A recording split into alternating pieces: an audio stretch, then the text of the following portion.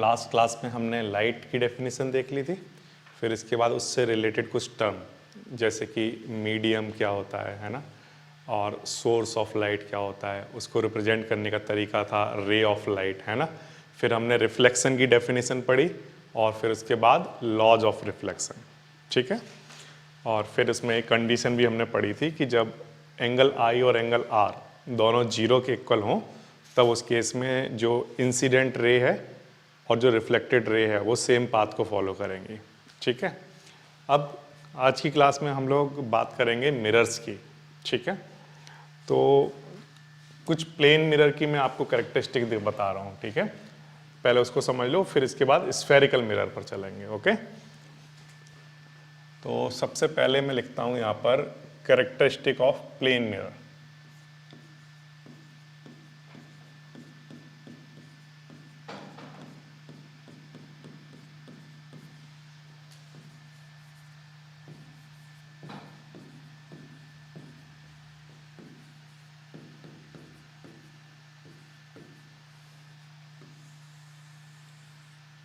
ठीक है, characteristics of plane mirror. Plane mirror समझते हो आप, अपने घरों में जो लगा कर रखते हो वो कौन से मिरर हैं? प्लेन मिरर हैं, है ना। तो उन्हीं की हम कुछ कैरेक्टरिस्टिक आज की क्लास में पहले डिस्कस कर लेते हैं। तो देखो, जब मैं प्लेन मिरर की कैरेक्टरिस्टिक बताऊंगा तो उसमें कुछ चीज़ें हैं, छोटी छोटी सी चीज़ें हैं, जो टर्म हैं जो यूज होंगे। तो पहले आपको वो टर्म समझा देता हूँ, फिर उसके बाद कैरेक्टरिस्टिक समझना आसान हो जाएगा, ठीक है। जब आप क्लास 10th के अंदर लाइट वाला चैप्टर पढ़ते हो तो लाइट वाले चैप्टर के अंदर 4 चीज़ें हैं जो यूज होती हैं बहुत ज़्यादा। एक तो होता है रियल, एक होता है वर्चुअल, ठीक है, एक होता है इन्वर्टेड और एक होता है इरेक्ट। पहले मैं इन चारों टर्म को आपको एक बार बता दूं, फिर इसके बाद प्लेन मिरर आपको समझ में आ जाएगा बड़े आसानी से, ठीक है। तो देखो, सबसे पहला टर्म है रियल,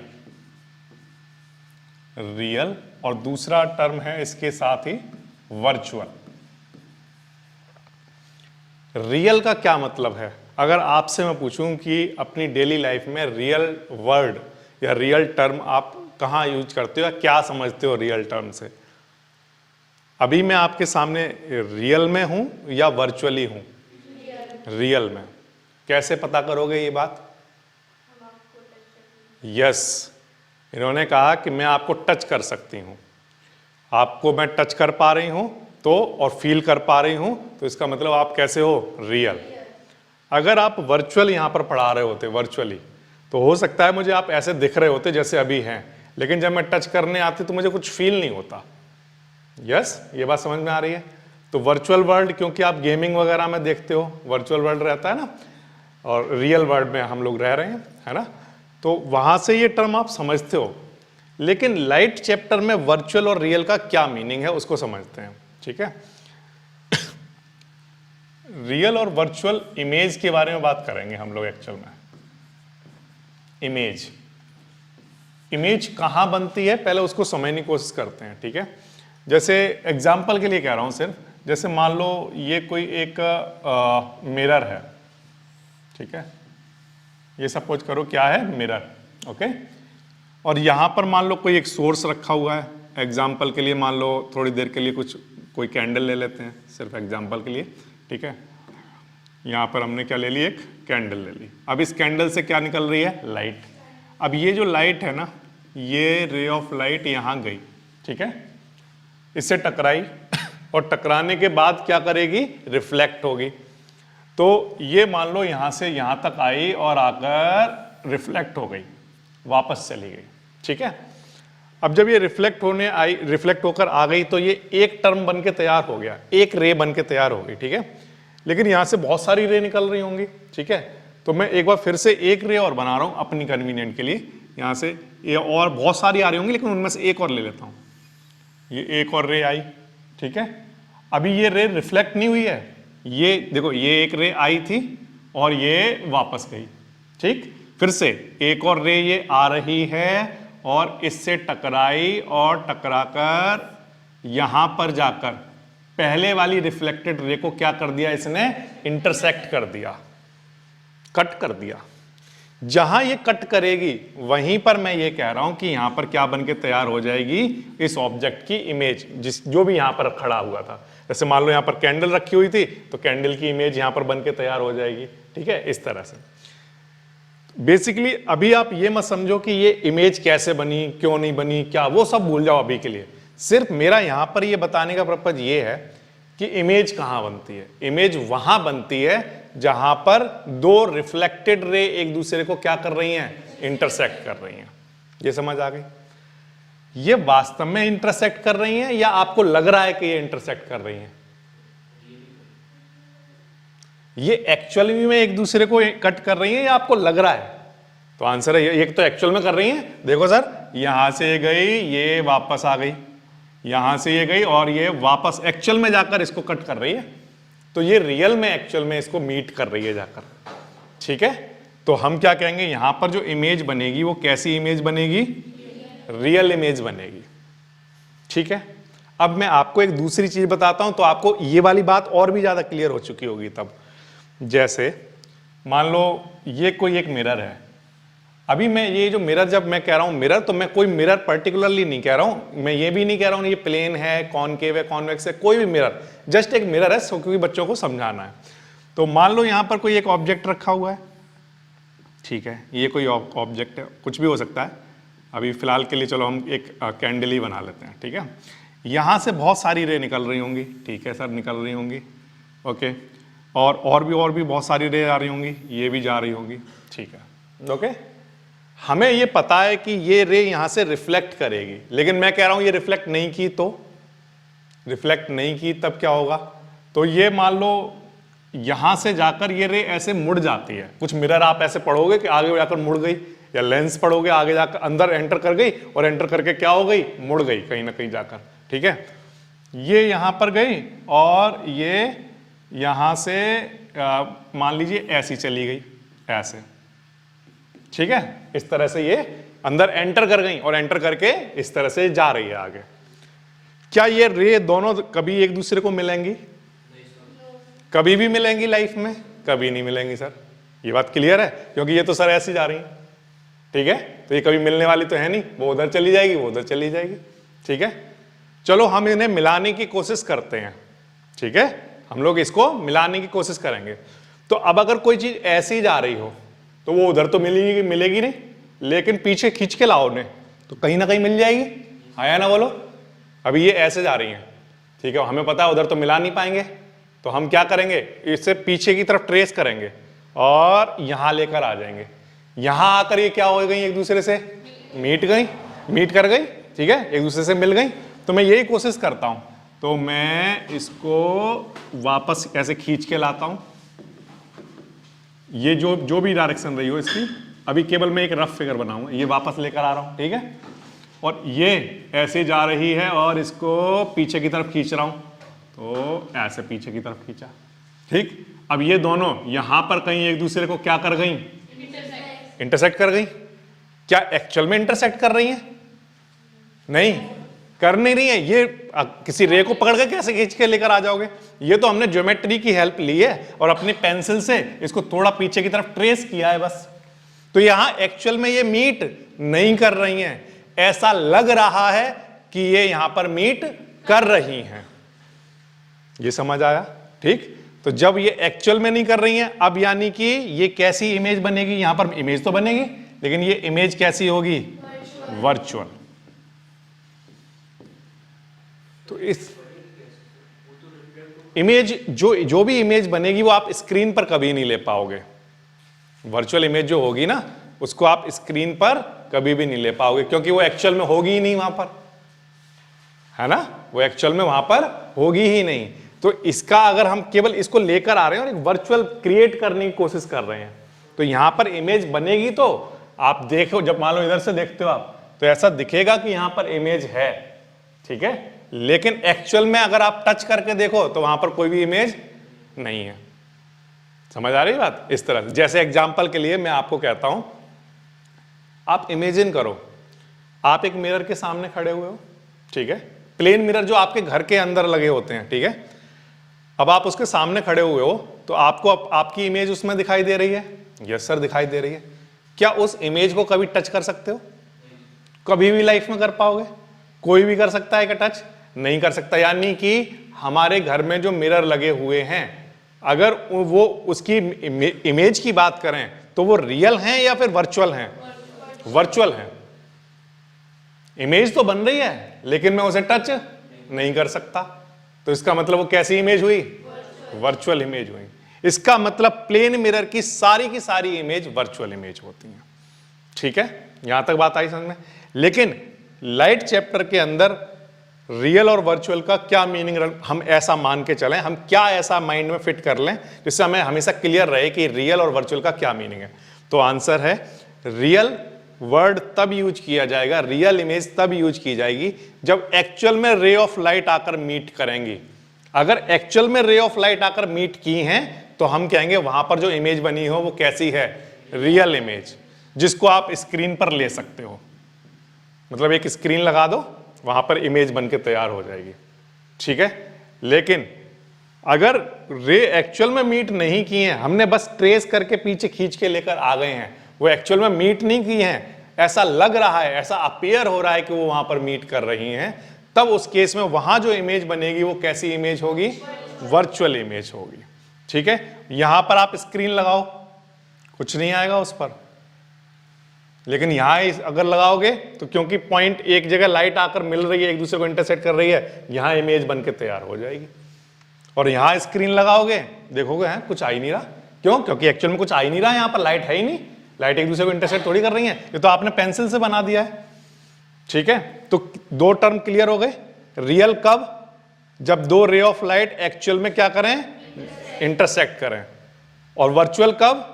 जब एक्चुअल में मीट ना करें, केवल ऐसा अपीयर हो कि वो मीट कर रही हैं, ऐसा लगे सिर्फ, तो वो कैसा होगा? वर्चुअल। क्लियर है ये बात? ठीक, क्योंकि जनरली हमारे घरों में प्लेन मिरर होते हैं जनरली, तो सारी इमेज वर्चुअल इमेज है। ठीक है, ये आपने फर्स्ट टाइम सोचा होगा या सुना होगा कि हमारे जो हम अब तक इमेज देखते हुए आ रहे हैं अपने मिरर की, अपने मिरर के अंदर वो सारी इमेज कैसी हैं? वर्चुअल। आपको कहोगे अरे सर मैं तो बिल्कुल रियल दिखती हूं उसमें। आप दिखते रियल हो लेकिन इमेज कैसी है? वो वर्चुअल है। ठीक है, तो यही बातें अब हम प्लेन मिरर की बातें में कर लेते हैं कि कैरेक्टरिस्टिक्स ऑफ प्लेन मिरर क्या क्या है। ठीक है, तो नंबर वन जो कैरेक्टरिस्टिक है वो अब सब बच्चों को क्लियर हो गई होगी। Plane mirror always form virtual image, सबसे पहली कैरेक्टरिस्टिक क्लियर हो गई सबको। ठीक है, नंबर 2 मैं लिख नहीं रहा हूं क्योंकि नोट्स के अंदर वो मिल जाएंगे। दूसरी कैरेक्टरिस्टिक क्या है बच्चों कि जो प्लेन मिरर होते हैं वो हमेशा इरेक्ट इमेज बनाते हैं। कैसी इमेज? Erect image. अब मैंने आपको क्योंकि रियल और वर्चुअल का तो सॉरी एग्जांपल दे दिया, इरेक्ट और इन्वर्टेड का भी आपको दे देता हूं। इरेक्ट और इन्वर्टेड का मतलब है अगर सीधी इमेज बने तो वो कैसी इमेज होगी? बोलो, इरेक्ट। मान लो कोई एक ऑब्जेक्ट है ए बी, ठीक है, और उसकी इमेज भी कैसी बनी? ए बी, तो हम कहेंगे जैसा वो है वैसी बनी, सीधा बना, ऊपर वाली चीज ऊपर दिख रही है और नीचे वाली नीचे दिख रही है, तो हम कहेंगे कैसी इमेज? सीधी इमेज बन रही है, इरेक्ट इमेज। ये क्लियर हुआ? ठीक है। दूसरा, फिर से ये कोई एक ऑब्जेक्ट है ए बी, बट इसकी जो इमेज बन रही है वो बन रही है बी ए। मतलब ये चीज नीचे है और जो नीचे वाला पार्ट है वो ऊपर दिख रहा है, अब इमेज उल्टी बन रही है, तब हम क्या कहेंगे कि ये जो इमेज है ये कैसी है? इन्वर्टेड। ठीक है, तो मैंने आपको चारों बात की जो 4 टर्म मैंने बोले थे वो चारों बता दिया आपको। रियल का मतलब एक्चुअल में मीट कर रही है यहां पर रेज, वहां रियल इमेज बनती है। वर्चुअल का मतलब जहां पर ऐसा अपीयर होता है कि मीट कर रही है तो वहां पर वर्चुअल इमेज होती है। अगर जैसा ऑब्जेक्ट है वैसा ही दिखाई दे तो वहां पर इरेक्ट इमेज बनती है, और अगर जैसा ऑब्जेक्ट है उसका उल्टा दिखाई दे तो हम कहेंगे वहां इन्वर्टेड इमेज बन रही है। अब आप लोग मुझे बताइए, क्योंकि आप अपनी डेली लाइफ में डेली ही एक्सपीरियंस करते हो, मिरर तो हर कोई देखता ही है दिन में एक बार तो कम से कम एटलीस्ट, तो आप बताइए जो प्लेन मिरर है वो कैसी इमेज बनाता है? इरेक्ट या इन्वर्टेड? Erect image. जैसे हम हैं हमें वैसा ही दिखाता है।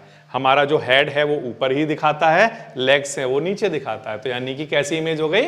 इरेक्ट। ठीक है, तो आपको बच्चों दो बातें क्लियर हो गई हैं, एक तो वर्चुअल इमेज बनाता है प्लेन मिरर और दूसरा इरेक्ट बनाता है। ठीक है, अब तीसरी और इंपॉर्टेंट बात, प्लेन मिरर के अंदर एक खास बात होती है बच्चों कि आप प्लेन मिरर से जितनी दूर खड़े हो उतनी ही पीछे उसकी इमेज बनेगी। इस बात का क्या मतलब है? ये प्लेन मिरर है और मैं यहां से 1 मीटर दूर खड़ा हुआ हूं, तो जो इमेज दिखाई देगी वो भी कितने पीछे बन रही होगी? 1 मीटर दूर। ये समझ आया? अगर मैं अपने मिरर के ऐसे पास आ जाऊं तो मेरी जो इमेज है वो भी पास आ जाएगी। ये क्लियर है? तो ये टर्म आप ध्यान रखना। जो डिस्टेंस की अगर बात है तो सेम डिस्टेंस पर इमेज बनती है, सेम डिस्टेंस पर। ये सारी चीजें ऐसी हैं जो आप डेली लाइफ में एक्सपीरियंस करते हो, बस कुछ टर्मिनोलॉजी फिजिक्स की यूज हो रही है बस इनमें। आपने डेली देखा है कि हाँ एक इमेज बनती है जिसे आप कभी टच नहीं कर पाए हो अभी तक, है ना? तो कैसी हो गई? वर्चुअल। आप डेली देखते हो कि आप देखते हो तो आपका हेड की जगह दिखाई देता है, लेग्स की जगह दिखाई देते हैं, तो कैसी इमेज? आप डेली देखते हो कि जितनी दूर आप खड़े होते हो उतनी ही पीछे इमेज बन रही होती है, और आपने कभी ना कभी ये करके देखा होगा, जैसे आगे गए होगे तो आपकी इमेज भी आगे आई होगी, तो यानी कि सेम डिस्टेंस पर बनती है।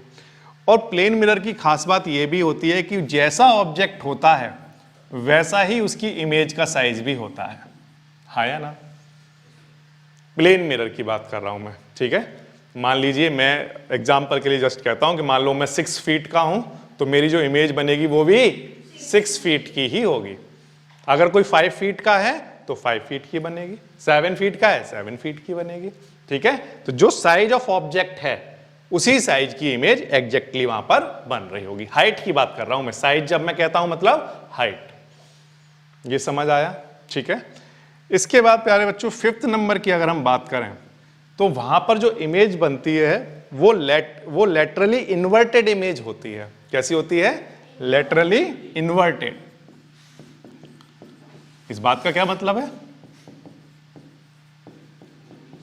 इस बात का मतलब यह है कि ये जो पेन है मेरे हाथ में, अगर मैं एक प्लेन मिरर के सामने खड़ा हो जाऊं तो मेरा जो ये जो पेन है वो उधर दिखाई देगा आपको, इधर नहीं उधर।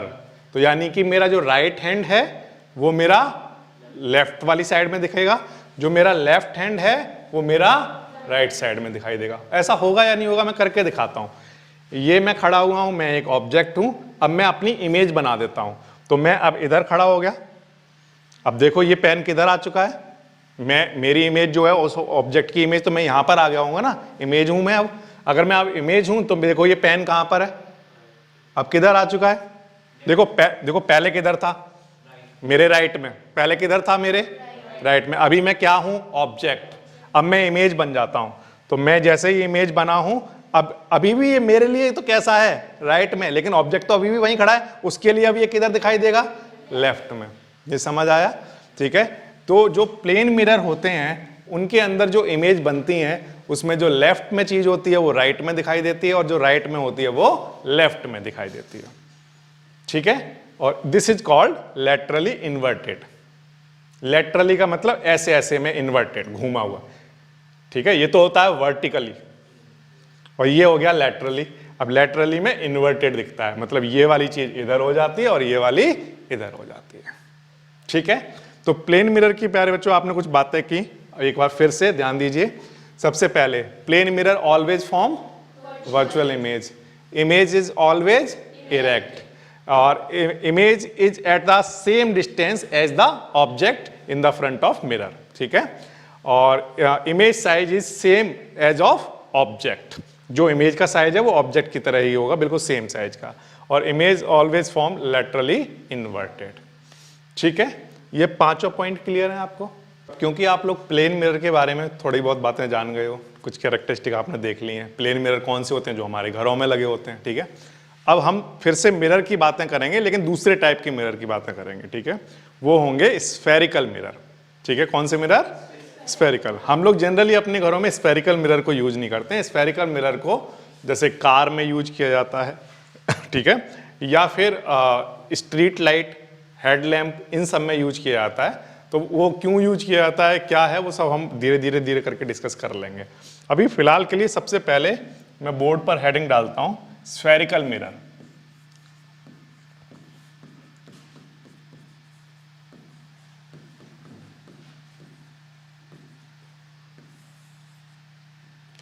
अगर कभी कोई आपसे पूछे कि स्फेरिकल मिरर्स क्या होते हैं, ठीक है, तो आप क्या आंसर करोगे? तो स्फेरिकल मिरर जस्ट ग्लास होते हैं। सिंपली क्या हैं? ग्लास हैं, ठीक है। जिनके स्फेरिकल मिरर ग्लास ना कह के एक्चुअल में आप हॉलो ग्लास कहना अभी थोड़ी देर के लिए, ठीक है। क्या कहना? Hollow glass. मैं आपको एक बनाकर दिखाता हूं। ये एक ग्लास है। अब मैं कह रहा हूं कि ये हॉलो ग्लास है। इस बात का क्या मतलब है? हॉलो का मतलब तो समझते हो, खाली है, मतलब इधर से मैं हाथ डालूं तो इसके अंदर हाथ चला जाएगा, तो कैसा है? हॉलो है। ये बात क्लियर हो गई, ठीक है। अब मैं क्या कर रहा हूं बच्चों, ये जो हॉलो ग्लास है, इस हॉलो ग्लास को बीच में से तोड़ने वाला हूं, ब्रेक करने वाला हूं, ठीक है। तो मैं इसको तोड़ता हूं, ये मैंने इसको तोड़ दिया, ठीक है। जैसे ही मैंने यहां पर तोड़ा, तो अब तोड़ने के बाद क्या होगा? तो आंसर है कि सर पहले तो यहां पर जो रिफ्लेक्टिंग सरफेसेस थी, रिफ्लेक्टिंग सरफेस जब मैं कहता हूं तो आप क्या सोचोगे अपने माइंड में? तो आप ऐसा सोचोगे कि ऐसी जगह, ऐसी सरफेस जहां से रे ऑफ लाइट आए और टकराकर वापस चली जाए, उस जगह को हम क्या कहेंगे? Reflecting surface. ये बात क्लियर हुई आपको, ठीक है। अब रिफ्लेक्टिंग सरफेस होने के लिए एक चीज जरूरी है, क्या? कि लाइट अंदर एंटर ना करे। हाँ या ना बोलो? अरे लाइट अंदर एंटर ही करेगी तो फिर वापस कैसे आएगी? टकराकर वापस ही नहीं आएगी, है ना। तो लाइट एंटर नहीं करनी चाहिए। अब लाइट एंटर ना करे, इसके लिए क्या करना पड़ेगा? तो अब जैसे ये देखो, हमने पीछे गेट पर ये ग्लास लगाया हुआ है, यहां से रे ऑफ लाइट बाहर जा रही होंगी, हर हाल में जा रही होंगी या नहीं जा रही होंगी? जा रही होंगी। तो कैसे, ऐसा क्या किया जाए कि इस रूम की लाइट इस वाले जो ग्लास पर बाहर ना जाए, इस ग्लास से? तो आंसर है सर पॉलिश कर दो। क्या कर दो? पेंट कर दो कुछ। मैंने बाहर से पेंट कर दिया इस पर, ठीक है, फुल पेंट कर दिया। अब जितनी भी रे ऑफ लाइट है वो यहीं के यहीं आ जाएगी। इस रूम के अंदर जितनी लाइट अभी आपको दिखाई दे रही है, उससे ज्यादा लाइट हो जाएगी इस रूम के अंदर। कब? जब इस रूम की लाइट बाहर जाना बंद हो जाए। और वो कम कैसे बंद होगी? तो ये जो ग्लास है उसको क्या कर दो? पॉलिश कर दो, पीछे से पेंट कर दो, ठीक है। तो जितनी भी रे ऑफ लाइट जाएंगी वहां से टकराया करेंगी, वापस हमारे रूम में आ जाया करेंगी, तो लाइट का अमाउंट बढ़ जाएगा इस रूम में। हाँ या ना? तो ये समझ आ गया। तो अगर हमारा ये जो रूम है, सारी की सारी जो सरफेसेस हैं इस रूम की, वो सब रिफ्लेक्टिंग सरफेस हो जाए, कोई बाहर ना जाने दे, तो अमाउंट ऑफ लाइट यहां पर 100% रहेगा। 100% तो हालांकि कुछ भी नहीं होता है, मतलब मैं कहूंगा बहुत ज्यादा अमाउंट रहेगा, ठीक है, ओके। अब जब ये स्फेरिकल ग्लास था, तो यहां पर जो रिफ्लेक्टिंग सरफेस थी ये बाहर वाली थी, है ना, क्योंकि रे ऑफ लाइट आती यहां से मान लो टकराकर वापस चली जाती। तो अब हम क्या कर रहे हैं, अब हमने क्योंकि बीच में से तोड़ दिया, इसे तोड़ने के बाद हमारे पास दो तरह के मिरर बन के तैयार हो गए। एक ये है प्यारे बच्चों, और एक ये है, ठीक है, ओके। इसमें मैं क्या कर रहा हूं, अपनी तरफ से एक साइड पेंट करने वाला हूं, क्योंकि नहीं तो क्या होगा, क्योंकि ग्लास है ना सर ये तो, और रे ऑफ लाइट आएगी तो वो तो अंदर एंटर कर जाएगी, और मैं तो नहीं चाहता अंदर एंटर करे, तो मुझे क्या करनी पड़ेगी, एक साइड क्या करनी पड़ेगी, पॉलिश करनी पड़ेगी। किसी बच्चे ने क्या किया, यहां पर पॉलिश कर दी, ठीक है। ये जो मैं ऐसी लाइनें बना रहा हूं ये सिर्फ पॉलिश को दिखाने के लिए हैं, एक्चुअली पॉलिश कर दी। अब बच्चों क्या होगा, अब रे ऑफ लाइट मान लो इधर से आ रही है, तो ये यहां से टकराकर वापस चली जाएगी या नहीं चली जाएगी? चली जाएगी। क्यों? क्योंकि ये वाली सरफेस कैसी हो चुकी है, पॉलिश्ड हो चुकी है। तो अब यानी कि ये वाली साइड ओपेक हो चुकी है। कैसी हो चुकी है?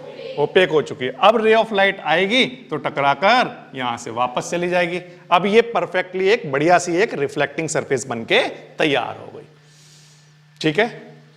मान लो यहां पर ऑब्जेक्ट रखा हुआ है, सोर्स हमारा, यहां से रे ऑफ लाइट आ रही है, क्या होगा बोलो?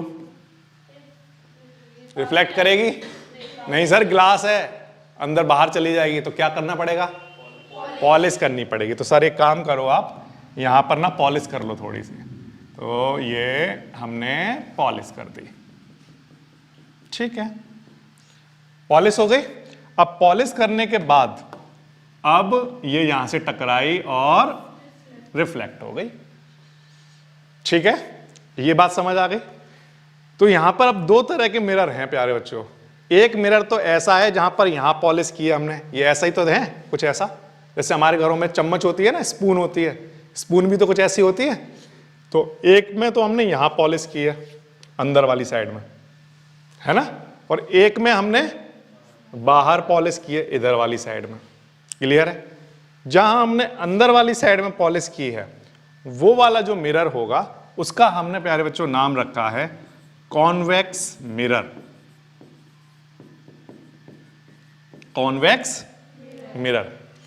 और जो दूसरा वाला है जिसमें हमने बाहर की साइड में पेंट किया था और रिफ्लेक्टिंग सरफेस ये वाली थी उसकी, उसका प्यारे बच्चों हमने नाम रखा है कॉनकेव मिरर।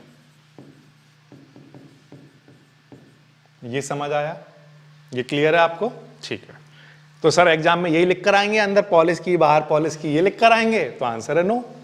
हम एक प्रॉपर बढ़िया सी डेफिनेशन बनाएंगे जो कि कॉन्वेक्स मिरर और कॉनकेव मिरर के लिए हो। तो वो डेफिनेशन मैं आपको समझाने की कोशिश करता हूं और आपको समझ में आ जाएगी, ठीक है? ध्यान दीजिए, अगर आप ध्यान दोगे तो आपको समझ आ जाएगी। मान लो ये वो स्फेरिकल ग्लास था। कौन सा स्फेरिकल ग्लास? हाँ, जिसमें को हमने बीच में से तोड़ दिया था और उनसे क्या बना लिए थे? मिरर। कॉनकेव और कॉन्वेक्स मिरर बना लिए थे। तो यानी कि ये जो कॉन्वेक्स और कॉनकेव मिरर हैं ये पार्ट हैं किसका? स्फेरिकल ग्लास का। इसको मिरर मत कहो, इसको थोड़ी देर के लिए क्या कहो? स्फेरिकल ग्लास, ठीक है? तो फिर से अब डेफिनेशन का आधा पार्ट तो बना के तैयार कर लिया हमने। कॉन्वेक्स मिरर कॉनकेव मिरर क्या होते हैं? तो आंसर है कॉन्वेक्स मिरर और कॉनकेव मिरर पार्ट होते हैं किसके? स्फेरिकल ग्लास के, ठीक है? यहां तक इतनी बात समझ में हो गई? आधी डेफिनेशन तो आ गई। अब आधी और बताता हूं आपको, ध्यान दीजिए बोर्ड पर। ये जो स्फेरिकल ग्लास है ये एक स्फीयर है। अगर ये स्फीयर है तो इसका कहीं ना कहीं कोई एक सेंटर रहा होगा, हर हाल में रहा होगा, ठीक है? अब ये जो सेंटर है इस सेंटर को ध्यान से देखना और साथ में दो चीजों को ऑब्जर्व करना।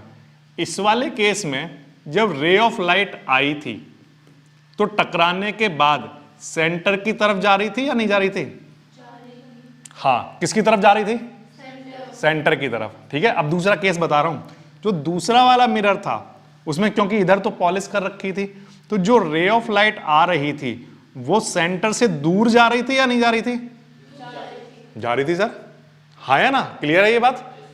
एक मिरर ऐसा है जिसमें आफ्टर रिफ्लेक्शन रे ऑफ लाइट सेंटर से दूर जाती है, अवे फ्रॉम द सेंटर। एक मिरर ऐसा है जिसमें आफ्टर रिफ्लेक्शन रे ऑफ लाइट जाती है सेंटर की तरफ, टुवर्ड्स द सेंटर। तो बताइए कौन सा मिरर ऐसा है जिसमें रे of light after reflection centre की तरफ जाती है? कॉनकेव मिरर, ठीक है? ये बात क्लियर है? बताइए ऐसा कौन सा मिरर है जिसमें आफ्टर रिफ्लेक्शन रे of light away from the centre जाती है? कॉन्वेक्स। ये भी क्लियर हो गई आपको? यही इनकी डेफिनेशन बन गई। क्या डेफिनेशन बन गई? Concave mirror is a part of spherical glass in which reflecting surface is towards the center of center of spherical glass, towards the center of spherical glass, ठीक है? या हम सिंपली ऐसे कह सकते हैं concave mirror are those mirror, concave mirror are those mirror in which reflecting surface towards the center of spherical glass of which this mirror is a part. This mirror is a part. जिस spherical mirror का जिस spherical glass का ये part है उसके centre की तरफ इसकी क्या होती है? रिफ्लेक्टिंग सरफेस, ठीक है? और हमने एक बहुत ही इजी सी डेफिनेशन आपके नोट्स में लिख कर दे दी है, आप वहां से याद कर लोगे, ठीक है? एक मिनट मैं जरा देखूं, देखिए इसकी डेफिनेशन मिली? यस, देखिए ये जो हमारे नोट्स हैं इसमें क्या लिखा हुआ है? कॉनकेव मिरर, और कॉनकेव मिरर की डेफिनेशन देखो, a spherical mirror is concave if it is silvered from outer blessed surface and reflect light from the inner hollow sphere. Inner hollow sphere, अब जो अंदर वाली साइड से अगर क्या कर रहा है, रिफ्लेक्ट कर रहा है, तो इसका मतलब कौन सा है, कॉनकेव। और अगर आउटर वाली से कर रहा है तो आप यहां से भी अपनी डेफिनेशन जो हमने यहां आसान सी एक डेफिनेशन लिख दी है, तो यहां से आप ले सकते हो, ठीक है। बट अब आपके पास दो तीन चीजें आ गई। मैंने दो तीन तरीके से आपको मिरर की डेफिनेशन समझाने की कोशिश की है। सबसे पहला मैंने आपको तरीका क्या बताया, ऐसा मिरर जिसमें आउटर पार्ट में क्या किया हो, पॉलिश, वो क्या होगा, ठीक है। ऐसा मिरर जिसमें इनर पार्ट में पॉलिश कर रखी हो, वो क्या होगा, ठीक है। अब मैंने दूसरी डेफिनेशन क्या बनाई है, दूसरी डेफिनेशन ये बनाई है, ऐसे मिरर जिसमें रे ऑफ लाइट आफ्टर रिफ्लेक्शन किसकी तरफ जाती हैं, सेंटर की तरफ, है ना, सेंटर ऑफ स्फेरिकल ग्लास की तरफ जाती हैं, वो क्या कहलाएंगे, कॉनकेव मिरर, ठीक है। फिर इसकी डेफिनेशन क्या बनाई है, ऐसे मिरर जिनमें रे of light after reflection away from the centre जाती हैं, तो वो क्या कहलाएंगे, कॉन्वेक्स मिरर। ये डेफिनेशन आप बना सकते हो, ठीक है। आपको दोनों तरह के मिरर समझ में आ गए, किस तरह के मिरर दिखाई देंगे, ठीक है, और उनकी सरफेस कैसी होंगी रिफ्लेक्टिंग। क्लियर है ये, यस और नो बोलो, यस, ठीक है। अब इनके बारे में थोड़ा सा अब हम लोग डिटेल में पढ़ना स्टार्ट करेंगे, क्योंकि आपको बेसिक्स पता चल गए कि कौन कैसा दिखता कैसा है, बस इतना पता चल गया, ठीक है। तो अब ध्यान रखना, जैसे ही मैं इधर की तरफ कुछ किया करूंगा ना, तो आप समझ जाना कौन से मिरर की बातें हो रही हैं, और एक्चुअल में कौन के मिरर की ज्यादा बातें होंगी, ठीक है। तो मैं जनरली यही बनाकर आपको समझाया करूंगा, ठीक है। अब मैं कुछ टर्मिनोलॉजी है जो बोर्ड पर आपके सामने लिख रहा हूं, उसको आप ध्यान से समझेंगे, ठीक है। ये जो अब मैं कराने जा रहा हूं, ये जो बड़ा क्वेश्चन आता है एग्जाम के अंदर, उसका सबसे बेसिक पहला स्टेप है। अगर आपने ये पहला स्टेप अच्छे से समझ लिया, माइंड में क्रिस्टल क्लियर हो गया, तो आगे की सारी कहानी बिल्कुल आसान हो जाएगी।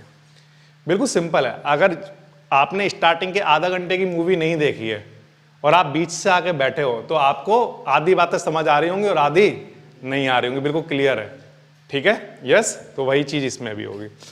तो देखो ध्यान दीजिए, मैं यहां पर एक मिरर बनाने वाला हूं, कौन सा, ठीक है, ये बन गया कॉनकेव मिरर।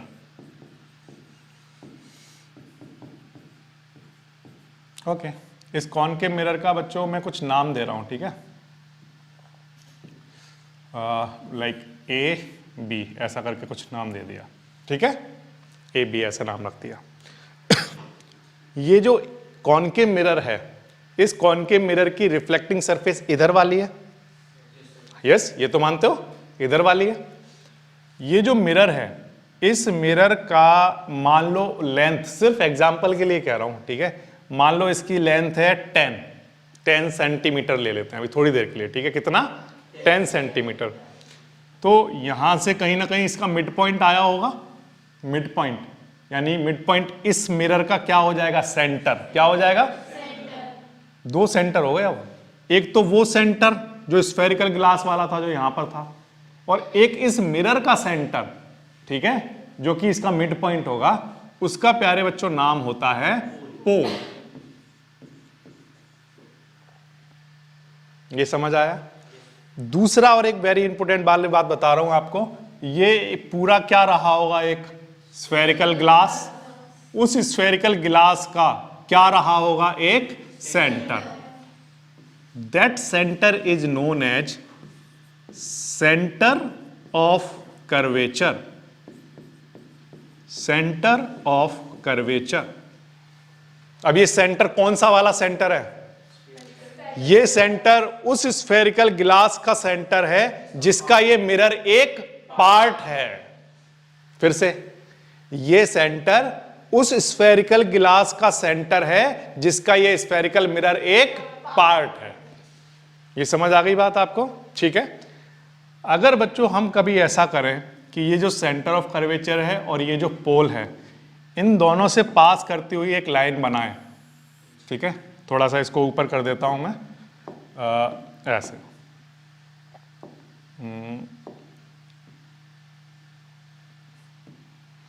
ठीक है, इन दोनों से पास करती हुई क्या करें, एक लाइन बनाएं, ठीक है। तब उस केस में ये जो लाइन मैंने बनाकर तैयार की है, इस लाइन का प्यारे बच्चों क्या नाम होगा? Principal axis. क्या नाम होगा? Principal axis. प्रिंसिपल की स्पेलिंग ठीक लिखना, ये वाला मत लिख देना। हाँ, ये गलती मेरे से भी हुई है कई बार, लेकिन अब ठीक है, ठीक है, आप लोग नहीं करना ये गलती। Principal axis. ओके, क्लियर है ये बात? फिर से, व्हाट इज प्रिंसिपल एक्सिस? तो the line passes through centre of curvature and pole is known as principal axis. Clear है? ठीक है, ओके। अब ध्यान दीजिए बोर्ड पर, ये क्या है? ये क्या है? सेंटर ऑफ कर्वेचर और पोल के बीच की ये जो डिस्टेंस है, इसको हम कहते हैं आर, और इसको पढ़ते हैं radius of curvature. Radius of curvature. अब ये कर्वेचर क्या लिख रहे हो सर बोर्ड पर बार बार? ये क्या है? एक कर्व है कि स्ट्रेट लाइन है? कर्व है, तो उसी के बारे में बातें कर रहे हैं हम। ठीक है, ओके। रेडियस ऑफ कर्वेचर हो गया। रेडियस ऑफ कर्वेचर कहां से कहां तक होता है बोलो? सेंटर ऑफ कर्वेचर और पोल के बीच की जो डिस्टेंस होती है वो क्या कहलाती है? Radius of curvature. ठीक है। या अगर कोई बच्चा ये कहना चाहे कि अरे सर ये तो उसकी रेडियस है, किसकी? स्फेरिकल ग्लास की। किसकी? वो जो स्फेरिकल ग्लास था ना, उसी का तो सेंटर है ये, तो ये रेडियस भी उसी की तो हुई है ना। तो स्फेरिकल ग्लास की जो रेडियस होती है, जिसका ये मिरर एक पार्ट है, वही रेडियस क्या कहलाती है? Radius of curvature. या कोई बच्चा कहेगा अरे सर ये तो बहुत टफ डेफिनेशन है, इजी वाली बता दो। तो the distance between centre of curvature and pole is known as radius of curvature. ये आसान हो गया, ये क्लियर है आपको? ठीक है। यहां से लेकर यहां तक की जो डिस्टेंस है, ए से लेकर बी तक, ये जो डिस्टेंस है, अगर मैं एक लाइन खींच के दिखाऊं जी, ठीक है, ये वाला जो पार्ट है ये क्या कहलाता है? अपर्चर। क्या कहलाता है? अपर्चर। ए से लेकर बी तक की जो लेंथ है, ये जो लेंथ है, ये लेंथ क्या कहलाती है? अपर्चर कहलाती है। ठीक है, यहां तक क्लियर है? तो ये कुछ बेसिक सी टर्मिनोलॉजी है जो आपको पता होनी चाहिए, तभी आप इस चैप्टर को आगे पढ़ पाओगे। तो एक बार फिर से, पोल क्या है? तो आंसर है इस मिरर का जो सेंटर है उसे क्या कहते हैं? पोल। ठीक है। ये सी क्या है? तो आंसर है centre of curvature. Centre of curvature क्या है? तो आंसर है जो स्फेरिकल ग्लास है, जिसका ये मिरर एक पार्ट है, उसका सेंटर क्या कहलाता है? Centre of curvature. ठीक है, यहां तक समझ आया?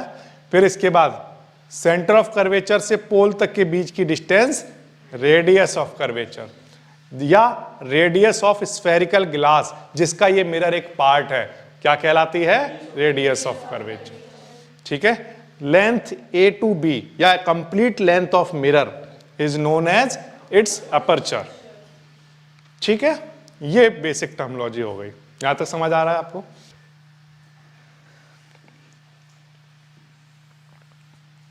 देखिए, ये एक मिरर है। कौन सा मिरर? कॉनकेव। ठीक है।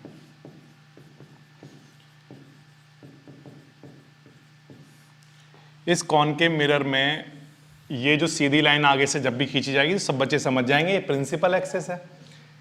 प्रिंसिपल एक्सिस पर कहीं ना कहीं क्या रहा होगा?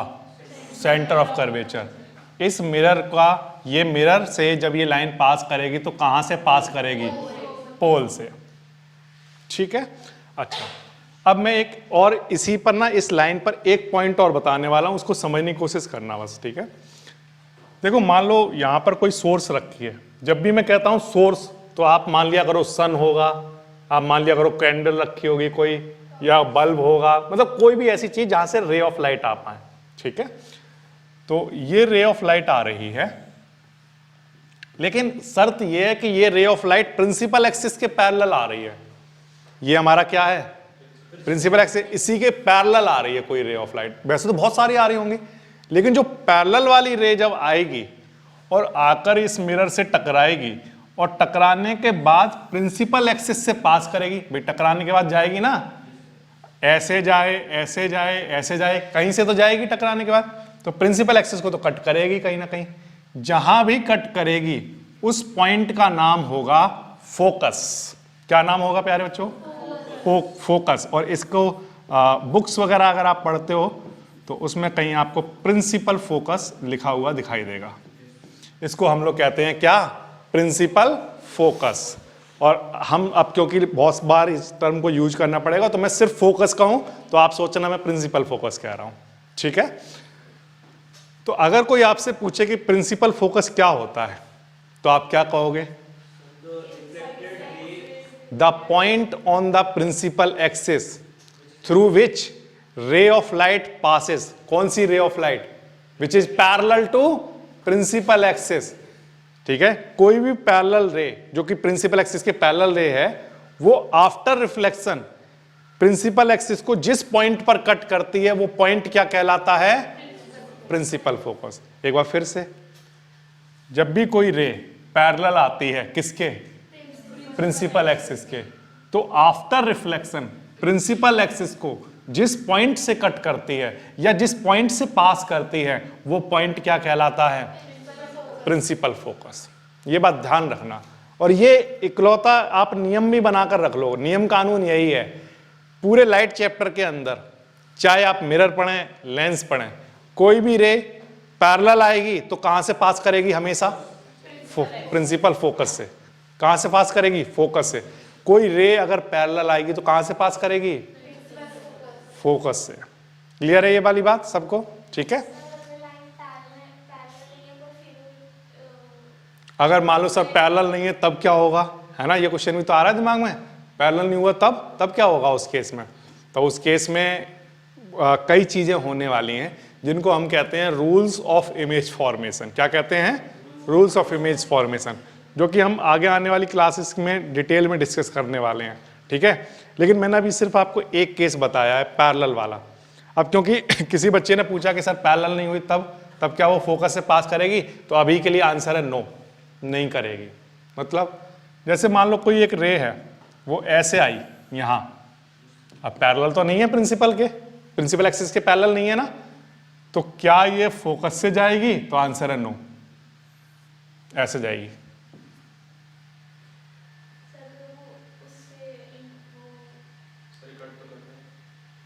प्रिंसिपल एक्सिस को कट तो कर रही है लेकिन ये पॉइंट फोकस नहीं होगा। फोकस कहां होगा? जब पैरेलल लाइन जहां से पास करेगी, जो प्रिंसिपल एक्सिस के पैरेलल होगी जो लाइन, वो जब पास करेगी आफ्टर रिफ्लेक्शन, वो पॉइंट क्या होगा? फोकस। प्रिंसिपल फोकस उसका नाम है। अब ऐसे तो सर ये जा रही है और ये भी तो प्रिंसिपल एक्सिस को कट कर रही है, लेकिन इसका नाम प्रिंसिपल फोकस नहीं है। प्रिंसिपल फोकस यूनिक होगा, एक ही होगा, और वो हमेशा किसके लिए होगा? पैरेलल लाइन के लिए। इस बात का क्या मतलब है सर? अगेन ध्यान दीजिए बोर्ड पर, आपको एक वेरी इंपॉर्टेंट बात बता रहा हूं। ये एक लाइन आ रही है, ये कैसी है? पैरेलल। हर हाल में ये कहां से जाएगी? फिर से ये एक रे आ रही है जो कि कैसी है? हर हाल में ये कहां से जाएगी? आपको बात आ रही समझ में? अगेन एक बार फिर से, ये कोई रे है जो कि कैसी है? सोर्स यहां रखी है, पैरेलल, तो हर हाल में ये कहां से जाएगी? क्लियर हो रही है बात? यानी कि कहीं पर भी रखा हो मेरा सोर्स, अगर रे पैरेलल आ गई प्रिंसिपल एक्सिस के, तो हर हाल में उसे कहां से जाना होगा? फोकस से। ये समझ आया? ठीक है। This is the definition of principal focus. तो अब हमारे पास कुछ टर्मिनोलॉजी है जो इकट्ठी हो चुकी है। कौन कौन सी है? फिर से pole, aperture, curvature, radius of curvature, centre of curvature, principal axis, और इसी में एक पॉइंट जोड़ लेंगे हम, फोकस, प्रिंसिपल फोकस। ठीक है, यहां तक क्लियर है आपको? ओके। अब थोड़ी सी एक बात में, ये तो मैंने सारी बातें आपको कॉनकेव मिरर के लिए बताई, कॉनकेव मिरर के लिए एग्जांपल से बताई। अब कॉन्वेक्स के लिए भी दिखा देता हूं आपको। कॉन्वेक्स के केस में क्या होता है? तो आंसर है कि सर कॉन्वेक्स के केस में तो अंदर वाली जो सरफेस है ना वो पॉलिश्ड होती है। ठीक है, ये पॉलिश्ड हो गई, इसका नाम हमने रख दिया कॉन्वेक्स मिरर। ठीक है, ओके। ये अगेन ध्यान दीजिए, ये ए बी है, इस ए बी लेंथ का क्या रहा होगा, कहीं ना कहीं कुछ सेंटर रहा होगा, उसी सेंटर का नाम क्या रख रहे हैं, पोल। ठीक है यहां तक। फिर ये क्या रहा होगा, एक स्फेरिकल गिलास। क्या रहा होगा बोलो, उस स्फेरिकल गिलास का यहां पर क्या रहा होगा, एक सेंटर ऑफ कर्वेचर नहीं, क्या रहा होगा, सेंटर। उस स्फेरिकल गिलास का यहां पर क्या रहा होगा, सेंटर। लेकिन मिरर के लिए जब हम कहेंगे तब हम क्या कहेंगे, वही वाला सेंटर का अब क्या नाम रख देंगे, सेंटर ऑफ कर्वेचर। ठीक है यहां तक, सेंटर ऑफ कर्वेचर।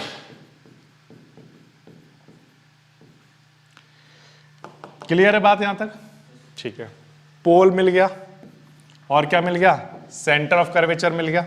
ठीक है, ये और आपको ये बात क्लियर हो चुकी होगी अब तक। बताइए, पोल और सेंटर ऑफ कर्वेचर से पास करने वाली लाइन को क्या कहते हैं, प्रिंसिपल एक्सिस। तो ये बन के तैयार हो गई प्रिंसिपल एक्सिस।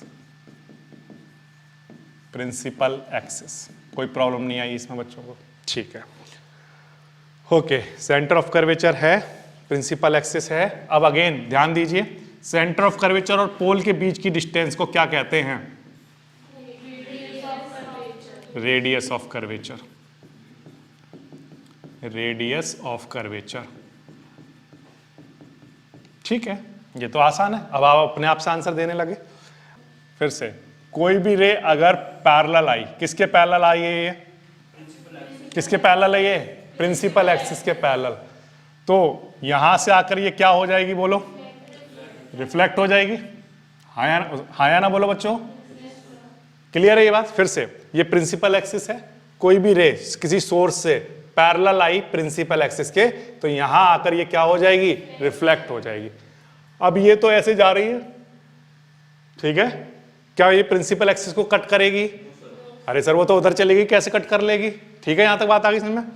तो एक काम करते हैं, इसको खींच के लेकर आते हैं।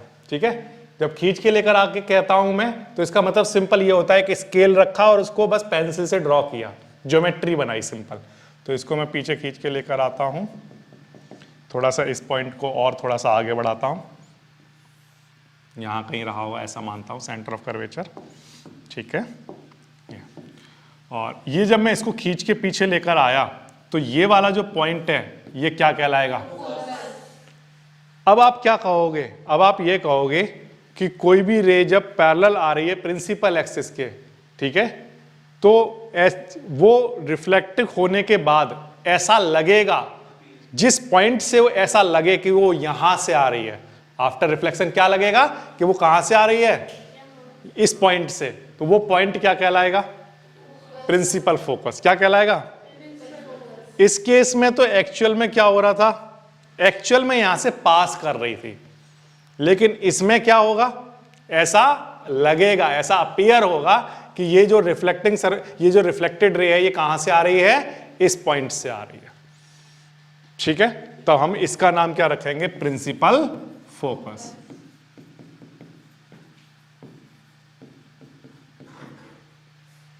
अब मान लो यहां पर इमेज बन रही होती, एग्जाम्पल के लिए कह रहा हूं सर, मान लो यहां पर इमेज बन रही होती, तो वो इमेज कैसी होती? वर्चुअल। और यहां अगर मान लो एग्जाम्पल के लिए कह रहा हूं, यहां इमेज बन रही होती फोकस पर, तो वो कैसी होती? रियल। तो आप ऐसा देखेंगे भी, कॉनकेव मिरर के जितने भी केस आप पढ़ेंगे, उन सभी केसेस में एक को छोड़कर इमेजेस कैसी बन रही होंगी? रियल इमेज बन रही होंगी। और मैं आपको जब कॉन्वेक्स मिरर के केस बताऊंगा, इमेज फॉर्मेशन कराऊंगा, तो आप देखेंगे उसमें इमेज कैसी बन रही होंगी? वर्चुअल। एक्चुअल में कुछ मीट नहीं हो रहा होगा, ऐसा लग रहा होगा कि यहां से आ रही है। ठीक है, यहां तक क्लियर है? तो ये कॉन्वेक्स मिरर की टर्मिनोलॉजी हो गई।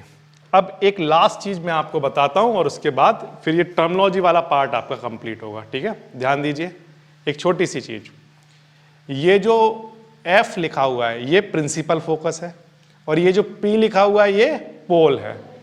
प्रिंसिपल फोकस से लेकर पोल तक के बीच की जो डिस्टेंस होती है ना, उसे फोकल लेंथ कहते हैं। क्या कहते हैं?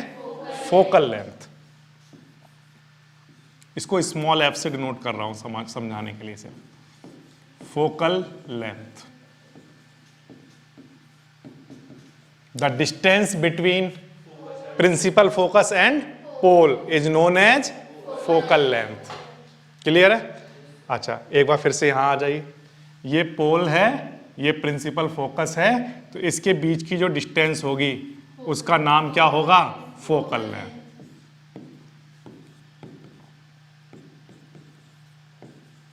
फोकल लेंथ, ठीक है। ये अब हमारे पास बहुत सारे टर्म आ चुके हैं जिनको अब हम लोग क्लियरली समझते हैं। प्रिंसिपल एक्सिस क्या है? पोल और सेंटर ऑफ कर्वेचर से पास करने वाली line, the axis which is passes through centre of curvature and pole, वो प्रिंसिपल एक्सिस है। ठीक है। पोल क्या है? मिरर का सेंटर। ठीक है। सेंटर ऑफ कर्वेचर और पोल के बीच की डिस्टेंस क्या है? Radius of curvature. ठीक है। प्रिंसिपल एक्सिस पर वो पॉइंट जहां से एक ऐसी रे जो कि प्रिंसिपल एक्सिस के पैरेलल है, वो आफ्टर रिफ्लेक्शन उस पॉइंट से पास करती है, वो पॉइंट क्या कहलाता है? Principal focus. प्रिंसिपल फोकस और पोल के बीच की डिस्टेंस क्या कहलाती है? Focal length. ठीक है। ये कुछ छोटी छोटी सी टर्मिनोलॉजी हैं जो आपको पता होनी चाहिए। अब आपको अगर ये समझ में आ गया है तो आगे के चैप्टर पूरा आसानी से समझ में आ जाएगा। ठीक है। कोई भी सपना साकार करने के लिए सबसे जरूरी है सही कोच का होना। चुनिए GS क्लासेस को और करें अपने बोर्ड एंड JEE का सपना साकार। Download the app now.